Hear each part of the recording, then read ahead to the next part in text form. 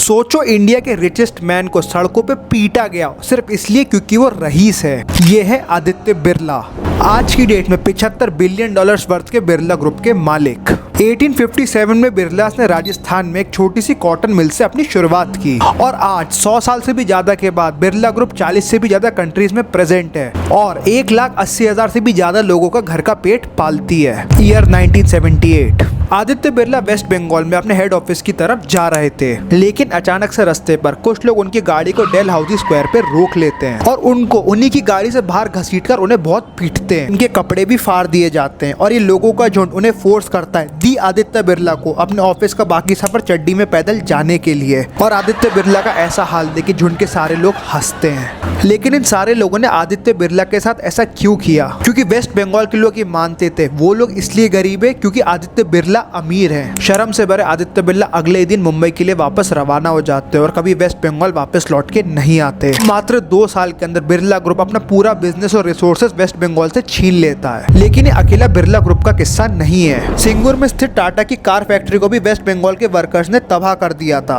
और इस कारण से अपने बिजनेस को बचाने के चक्कर में टाटा अपना पूरा रिसोर्स वेस्ट बंगाल से शिफ्ट करके गुजरात ले जाता है। अब इस पूरे सिलसिले के पीछे बंगालियों की गलती नहीं है, पर एक ऐसी सोच की गलती है जो बंगाल और केरला जैसी स्टेट में आज पनप चुकी है और धीरे धीरे करके हमारे देश को खा रही है, कम्युनिज्म।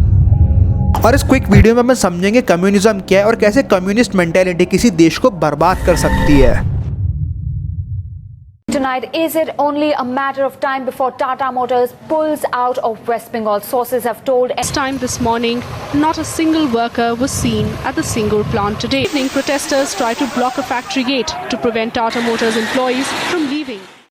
देखो, कम्युनिस्ट वो लोग होते हैं जो मानते हैं कि रिसोर्सेज जैसे लैंड, लेबर और मीन्स ऑफ प्रोडक्शन ना गवर्नमेंट ओन करे ना कोई सिंगल एंटिटी, यानी कि कम्युनिटी के सारे लोग सारी चीजें ओन करें। खुद की जमीन, खुद की गाड़ी, खुद की मशीन का कोई कंसेप्ट एग्जिस्ट ही नहीं करता। ऐसा इसलिए जैसे कि कम्युनिटी में सारे आदमी इक्वल अपॉर्चुनिटी एंजॉय कर पाए, भले दूसरा आदमी बाकी वाले से बेटर है। कम्युनिज्म की जो ideology out of necessity generate हुई थी during industrial revolution. Industrial revolution के टाइम पर बड़ी बड़ी फैक्ट्रीज में कई सारे अनस्किल्ड लेबर 15-15 घंटे काम किया करते, वो भी एडवर्स कंडीशंस में, और पूरे 15 घंटे खत्म होने के बाद उन्हें बेयर मिनिमम से भी कम वेजेस मिला करती, जिसमें उनका गुजारा नहीं चल पाता और जो मेजॉरिटी ऑफ द प्रॉफिट होता फैक्ट्री ओनर रख लिया करता। तो अनस्किल्ड लेबर और फैक्ट्री ओनर्स के बीच में ईर्ष्या बढ़ने लगी और इस सिस्टम से परेशान होकर जो unskilled labour class of people है इकट्ठा एक साथ है और इंडस्ट्रियलिस्ट के खिलाफ उन लोगों ने रिवोल्ट कर दिया और इन लोगों ने मांगे सामने रखी, regardless of the class, religion, gender और सेक्स, सबको इक्वल इनकम मिलनी चाहिए। और इन लोगों के द्वारा इतना प्रेशर बनाया गया कि इंडस्ट्रियलिस्ट ने घुटने टेक दिए और यहीं से कम्युनिस्ट मेंटेलिटी की शुरुआत होती है।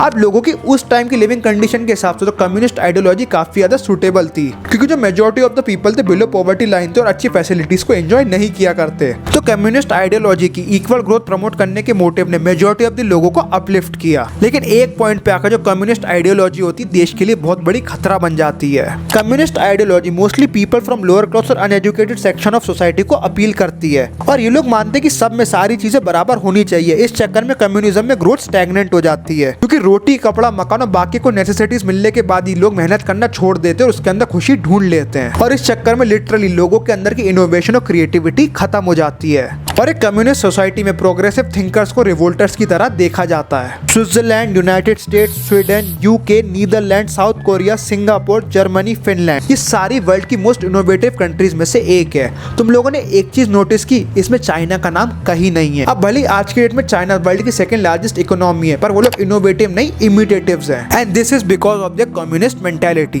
कम्युनिस्ट आइडियोलॉजी थिंकर्स को केटर नहीं करती। इंसान की ग्रोथ और डेवलपमेंट के लिए थिंकिंग और इनोवेशन काफी ज्यादा क्रूशियल है, पर कम्युनिज्म का इनोवेशन को ना प्रमोट करना कम्युनिस्ट मेंटालिटी का सबसे बड़ा ड्रॉबैक है। चाइना जैसे कम्युनिस्ट देशों में देखोगे तो आज की डेट में एक रोबोटिक सिस्टम है जहाँ लोग एक सर्टेन पैरामीटर्स में एक्सेल करते हैं और उनको सर्टेन काम ही करने पड़ते हैं। वो लोग कुछ भी हटके खुद से नहीं कर सकते। अगर वो लोग सिस्टम के बाहर जाने की कोशिश करते हैं, कुछ इनोवेट करने की कोशिश करते हैं, तो कहीं ना कहीं उन्हें गायब करवा दिया जाता है। दूसरा पॉइंट, कम्युनिस्ट मेंटालिटी ज्यादा पैसा से घृणा करती है। जिसके पास कम्युनिटी के लोगों से ज्यादा पैसा वो ऑटोमेटिकली उनका दुश्मन बन जाता है। पर असल में ये प्रॉफिट ही है जो इंसान की प्रोडक्टिविटी को ड्राइव करता है। अब तुम लोग मुझे बताओ, अगर तुम्हें दूसरे इंसान के बराबर ही पैसे मिल रहे होंगे तो तुम लोग ज्यादा मेहनत क्यों करोगे? कोई इंसेंटिव भी नहीं है, जिसके चक्कर में जो लोग काम कर रहे हैं उनके बीच में कंपटीशन भी नहीं है। इस चक्कर में प्रोडक्टिविटी और ज्यादा लो हो जाती है और वेस्ट बंगाल आज की डेट में इंडिया के लीस्ट प्रोडक्टिव स्टेट्स में से एक है। अब तुम लोगों को मेरा सरनेम सरनेम नहीं पता तो मजुमदार है, मैं भी बंगाली हूँ, मैं काफी और बंगाल जा चुका हूँ। मैंने वहाँ पे एक चीज नोटिस की, दोपहर को शॉप्स बंद रहती है और रात को भी बहुत लेट खोली जाती है। जो शॉप ओनर है उसे भी मतलब नहीं है, अगर ज्यादा गर्मी पड़ रही होगी तो पूरा दिन शॉप बंद रखता है। और सारे लोग जो लोकली 20 साल पहले जिस तरीके से रहा करते थे आज भी उसी तरीके से रहते हैं। उन लोगों की प्रोडक्टिविटी बिल्कुल जीरो हो चुकी है। और अगर अपन बंगाल की ज्योग्राफी पकड़ो तो आज भी 70% से भी ज्यादा बंगाल रूरल डेवलपमेंट एरिया में आता है।